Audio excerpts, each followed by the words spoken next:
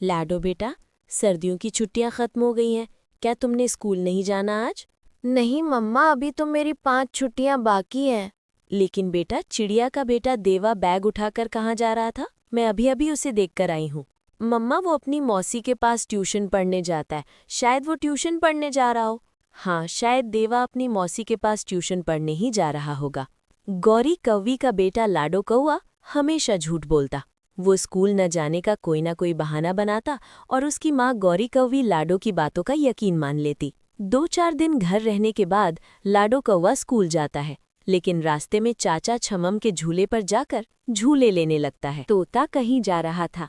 वो लाडो कवि को देखकर वहां आ जाता है। देवा बेटा, क्या तुम आज स्कूल नहीं जाओगे? सभी छोटे पक्षी स्कूल के हैं, लेकिन तुम यहाँ झूले ले रहे हो। अंकल धोते, मुझे स्कूल से छुट्टी हो गई। मेरी टीचर को बहुत तेज बुखार था, इसलिए टीचर ने मुझे छुट्टी कर दी।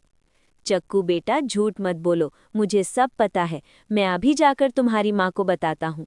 दादा उठता है और गौरी कवि के पास जाता है। गौरी बहन, तुम्हारा लाडो कहाँ है? भाई, वो तो सुबह से स्कूल गया हुआ है। नहीं गौरी बहन, मैं अभी अभी देखकर आया हूँ। तुम्हारा बेटा लाडो चाचा छम्मम छम्मम के झूले पर झूले ले रहा है। इस चक्कू ने मुझे बहुत तंग कर रखा है, और एक बार मैं पूछती हूँ उसे। लाडो जानता था कि तोते अंकल ने उसकी मम्मा को बता दिया होगा, इसलिए लाडो सीधा कुकू के पास जाता है और देवा से कहता है, देवा देवा, मेरे साथ चलो और मेरी मम्मा से कहो कि हमें आज स्कूल से छुट्टी थी। ना भाई लाडो, मैं झूठ नहीं बोलूंगा। मैं क्यों झूठ बोलूं तुम्हारी मम्मा से? देखो, मेरे पास एक सिक्का है। अगर तुम मेरी मम्मा से ऐसे कहो तो मैं तुम्हें अपना सिक्का दे दूंगा। वो लाडो भी छोटा में आ जाता है और मान जाता है। देवा लाडो से एक सिक्का ले लेता है और लाडो के साथ उसके घर जाता है।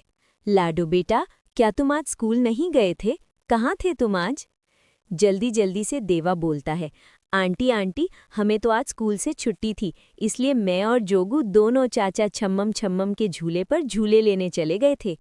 तो और क्या मम्मा, मैं तो स्कूल गया था, लेकिन तोते टीचर को बुखार हो गया और हमें छुट्टी हो गई। वो बड़ी चोंच वाला तोता हमेशा मेरे बेटे की बुराइयां करता है। अच्छा ठीक है, चलो मेरा बेटा, हाथ धोकर खाना खा लो। जग्गू कुकू को आंख का इशारा करता है और कुकू वहां से चला जाता है। कुकू बेटा, जग्गू ने आपको 1 सिक्का दिया या 10 सिक्के देता? आपने झूठ क्यों बोला? सॉरी मम्मा, मैं झूठ बोलना तो नहीं चाहता था, लेकिन जग्गू ने मुझे लालच दिया। मैंने सोचा मैं 1 सिक्के से लॉलीपॉप खाऊंगा, इसलिए मैं मान गया। मेरे बेटे, याद रखना, कभी भी जीवन में झूठ मत बोलना, चाहे कोई कितना भी लालच दे। ठीक है मम्मा, मैं आज के बाद कभी झूठ नहीं बोलूँगा। वैन वाले अंकल, कल मुझे लेने मत आना, क्योंकि कल मैं अपनी मम्मा के साथ अपनी नानों से मिलने जा रहा हूँ। ठीक है, मैं कल दूसरे रास्ते से चला जाऊँगा। जग्गू वैन वाले अंकल से झूठ बोलता है और घर चला जाता है। दूसरी सुबह गौरी का भी वैन का इंतज़ार कर रही थी। 8 बज जाते हैं, लेकिन अभी तक वैन नहीं आई थी। आज वैन वाला क्यों नहीं आया? 8 बजे तो स्कूल लग जाता है। जग्गू फिर से झूठ बोलता है, मम्मा, वैन वाले अंकल की दादी मर गई थी, इसलिए आज वैन वाला अंकल नहीं आएगा। जग्गू बेटा, आज फिर आपको छुट्टी करना पड़ेगी। अगर मुझे पहले बताया होता तो मैं आपको स्कूल छोड़ आती। मम्मा, अगर मैं नहीं जाऊंगा तो कोई भी स्कूल नहीं जाएगा, क्योंकि आज वैन ही नहीं आएगी, इसलिए आज तो मेरी छुट्टी पक्की हुई। मैं जा रहा हूँ मम्मा, बाहर खेलने। बाय। हर रोज नया झूठ। जग्गू को तो झूठ बोलने की ऐसी आदत पड़ी थी, वो हर वक्त अपनी मम्मा से झूठ बोल। वक्त गुजरता गया, सभी बच्चे स्कूल में पढ़ते रहे और जग्गू गफ्फा आवारा फिरने में समय जाया करता रहा। हाँ तो बच्चों, आप सबकी एग्जाम्स की तैयारी कैसी चल रही है? हम सब एग्जाम्स के लिए तैयार हैं टीचर। बहुत अच्छी, हम सब तैयार हैं। जग्गू कौवा आज फिर नहीं आया, मैंने उसे एग्जाम्स का बताया था। कुकू बेटा, आप जाते हुए जग्गू के घर बता जाना कि कल से एग्जाम्स शुरू हो रहे हैं। ठीक है तोते टीचर, मैं जाता हुआ बता दूंगा। कुक्कू घर जाते हुए जग्गू के घर रुकता है। जग्गू, पता है कल से एग्जाम शुरू हो रहे हैं। कुकू की बात सुनकर जग्गू बहुत ज्यादा डर जाता है। इतनी जल्दी? मैं तो समझा था अभी 2-3 महीने बाद एग्जाम्स होंगे। कुकू कुकू, अब मैं क्या करूँगा? मैंने तो कुछ भी नहीं पढ़ा और मम्मा से भी झूठ बोलता रहा। माफ़ करना जग्गू दोस्त, मैं तुम्हारी कोई मदद नहीं कर सकता। कुकू अपने घर चला जाता है। कुकू अपनी पढ़ाई शुरू करता है। वो सारी रात पढ़ता रहता है। कबूतर का बेटा कीबी अपने घर में बैठा पढ़ रहा था। हरे तोते का बेटा छोटा मिट्ठू भी दिल लगाकर पढ़ रहा था। बुलबुला पढ़ने के बाद सो गया था।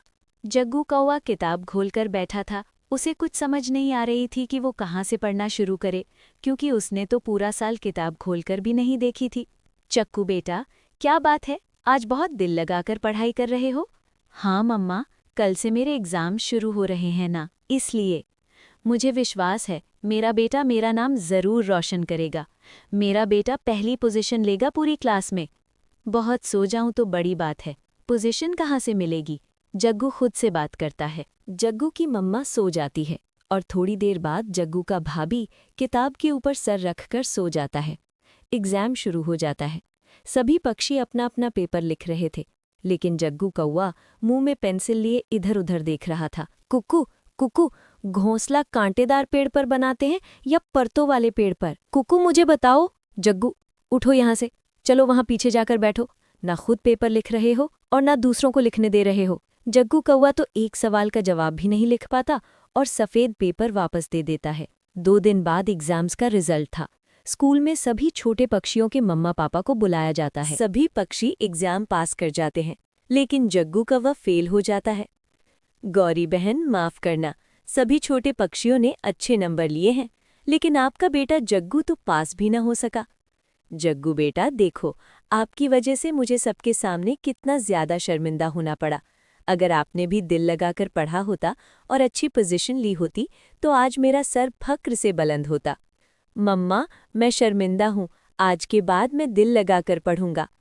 ऐसे जग्गू कव्वे को सभी के सामने खुद तो शर्मिंदा होना पड़ता ही है, साथ साथ वो अपनी मम्मा को भी शर्मिंदा करता है। प्यारी दोस्तों, पढ़ने के टाइम पर पढ़ो और खेलने के टाइम पर खेलो, क्योंकि अगर दिल लगाकर पढ़ोगे तो कल आपके अच्छे मार्क्स आएंगे और आपके मम्मा पापा को आप पर गर्व होगा। और प्यारी दोस्तों, इस कहानी को लाइक, अपने दोस्तों के साथ शेयर और चैनल को सब्सक्राइब करना बिल्कुल मत भूलना। आपका धन्यवाद।